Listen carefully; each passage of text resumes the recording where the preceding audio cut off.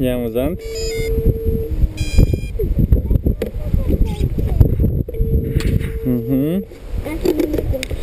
Ia, arată-mi, da, ia. Scuze, dai. Asta e cârma? Aia e cârma, asta e elice, asta e turfinul. Asta e de la motor și asta e o răcire ceva, nu? Da, captarea de apă care vine... Și astea sunt litiu fier. Și e lipit așa cetățenește, muncitorește, nu? Cu lemă de contact. Poți să împing? Vezi dacă poți.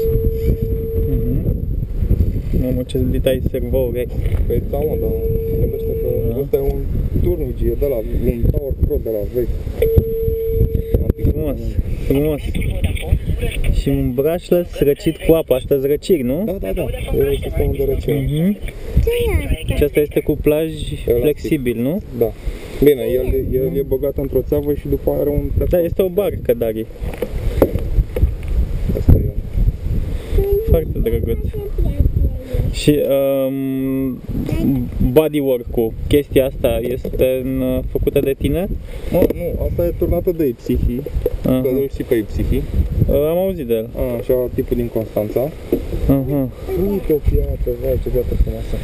Și e proiectată de el și de mine acum vreo 6 ani de zile. Wow. Și de ce are gauri aici? Ăsta e canalul de să intre apă repede pe viață, să se răstoarnă. Nu înțeleg. Ok, când barca e cu fundul în sus, da? Așa, da? Teoretic canalul ăsta se inundă, da. Se dezechilibrează și face un fel de hopă mitică, iar când stă static pe apă, nu stă așa, stă așa, știi? Stă într-o parte, un pic înclinată și pe măsură ce merge își revine dinamic. Ce drăguț e! Și dacă stă așa într-o parte, datorită vezi că mai am și niște plumb pe aici, știi? Da. Dar la greutate, devine ca un hopa mitică. Ca un hopa mitică, exact, să o redresezi tot. Cât de tare e, să nu rămână, am înțeles. Altfel e plictisitor. Da. Cât de tare e. Și tu mai șmirgheluiești pe aici, mai ai joc în cârmă, văd. Am joc în cârmă, dar n-am ce să fac. E foarte bun jocul ăsta pentru că ce am acolo. Măcar să... Aia să fie singura problemă la barca. Hai să... O dai ori de pe mașină? Da, sigur.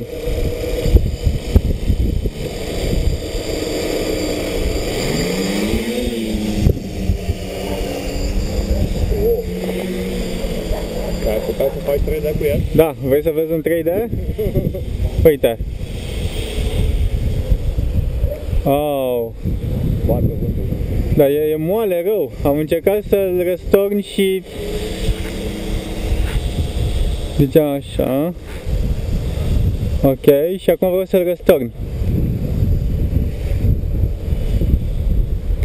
Aoleu, abia se răstoarnă.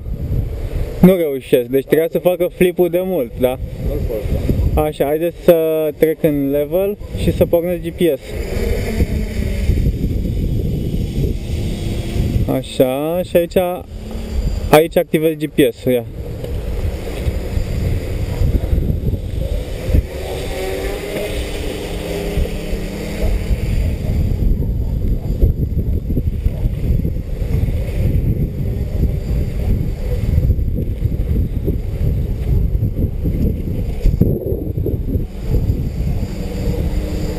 Aha, vezi, e ok.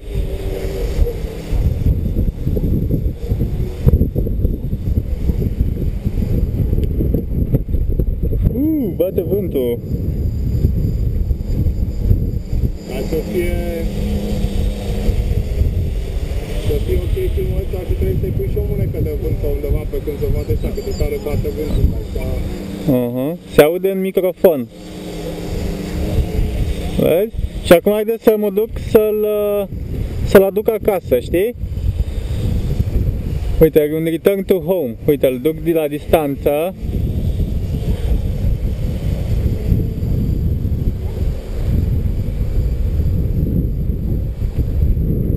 Așa. Nu mai pilotez mult la el, că doar că îi dai din butoane... Gata. Aha. Da, stai puțin că vreau să urmăresc aici ceva. Return to home.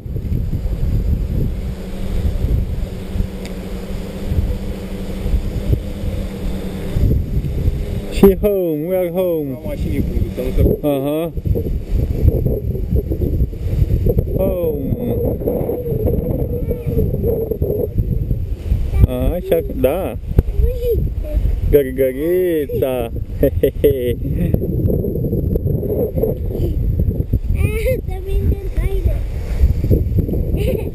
Aha. Nu-i haioasă?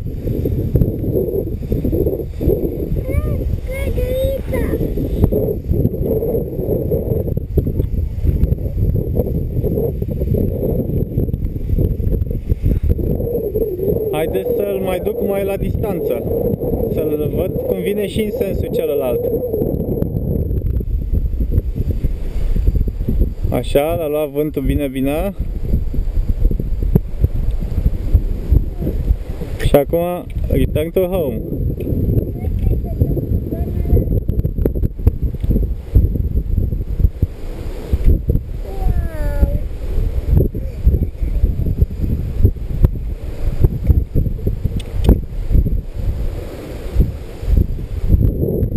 O cam șerpuiește până acasă.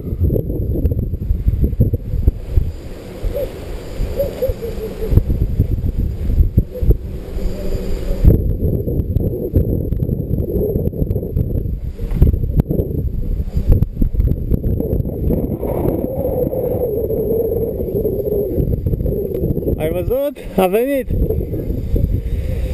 Știi ce aș vrea să văd? Dacă știe, dacă închid stația, dacă face chestia asta, că mi-amintesc că așa ar trebui să facă, ia.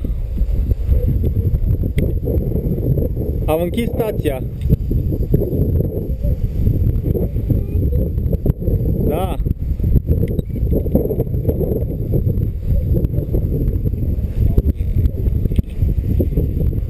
Aia acum îl duc eu undeva.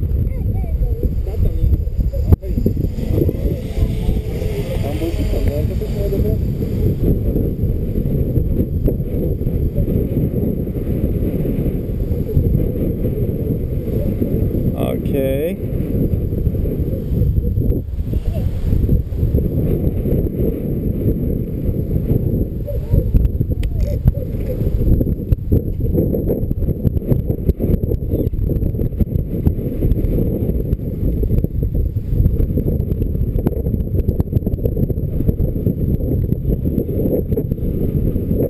Vezi, uite, stația e oprită.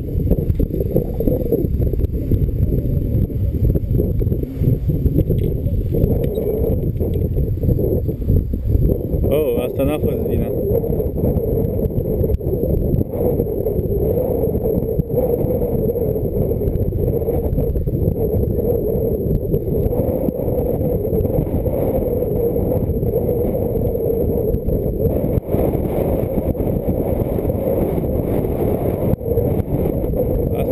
A făcut un overshoot de mai mare frumusețe.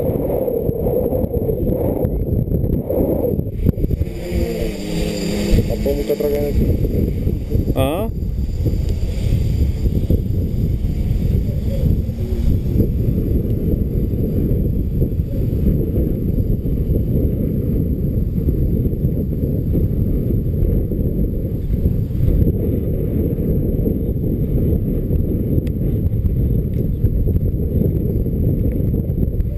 am pus axele pe față.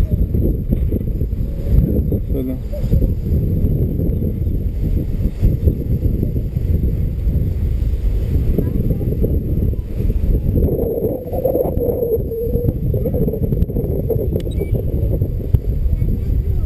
Da.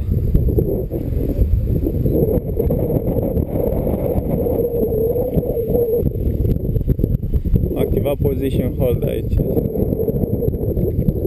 Cred că exagerează, că ești mai repede cu softul.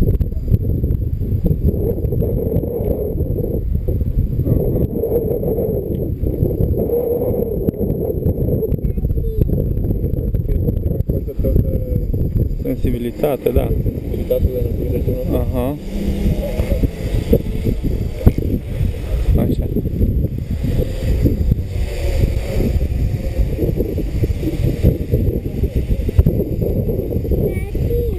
Da, păi. Uite cât de mișto stă acolo. Așa, te ascult.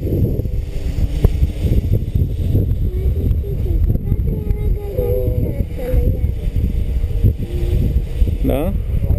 Piesa are vreo funcție să scoți extremele din calcul? Nu știu asta, n-am programat-o eu. Are două bucle, una proporțională integrală pentru viteză, care zice cu ce viteză să te apropii de punctul stabilit ca hold, și a doua buclă, peste bucla de viteză, este bucla de înclinare, care îi zice cât să se încline să ajungă la viteza asta. Și aici, păi e interesant că dacă tu ai vânt din față, trebuie să se încline mai mult. Dacă ai vânt din spate, nu se înclină deloc, știi? Înțelegi? Da, nu am făcut. GPS-ul serial, 10 măsurători pe secundă, da. Cu o eroare de vreo 3 metri. 10 măsurători pe secundă. Ideea este că el, semnalul ăsta, el găsește mai mult sateliți.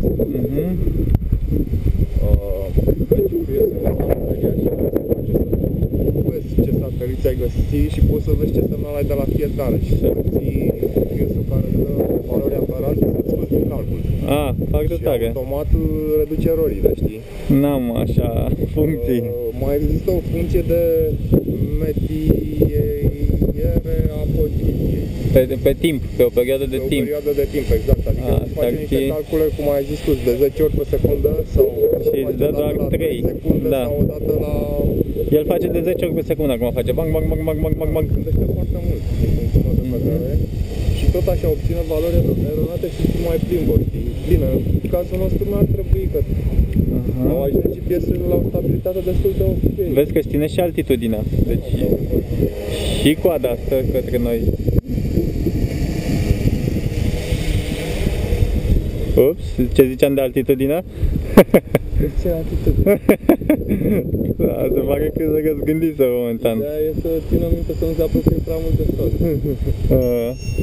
De asta s-a încetinit.